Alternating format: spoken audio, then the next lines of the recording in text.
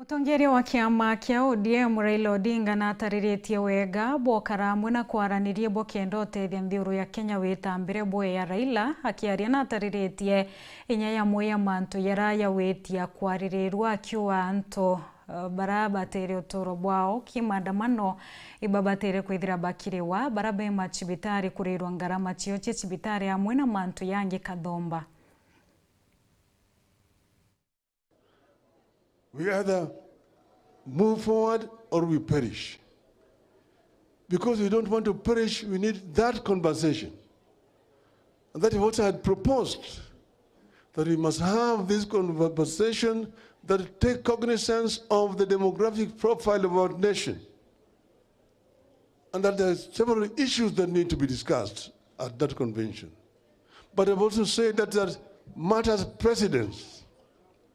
Issues that must be dealt with first before that convention can be had. This includes, number one, compensation for the families of the victims of violence last year and this year.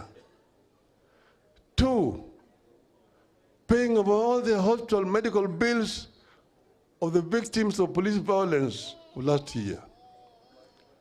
Number three, is a release of all people who have been arrested and are in police custody.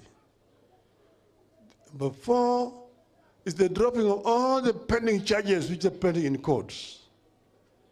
Number five is the sacking and prosecution of all police officers who have been involved in criminal violence against innocent Kenyans who are actually exercising their rights as enshrined in the Constitution.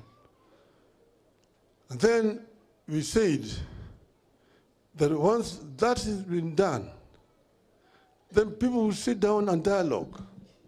And we've also actually come up with what that dialogue should be about.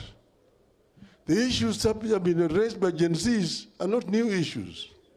There are similar issues which we raised last time, even last year we were on the streets.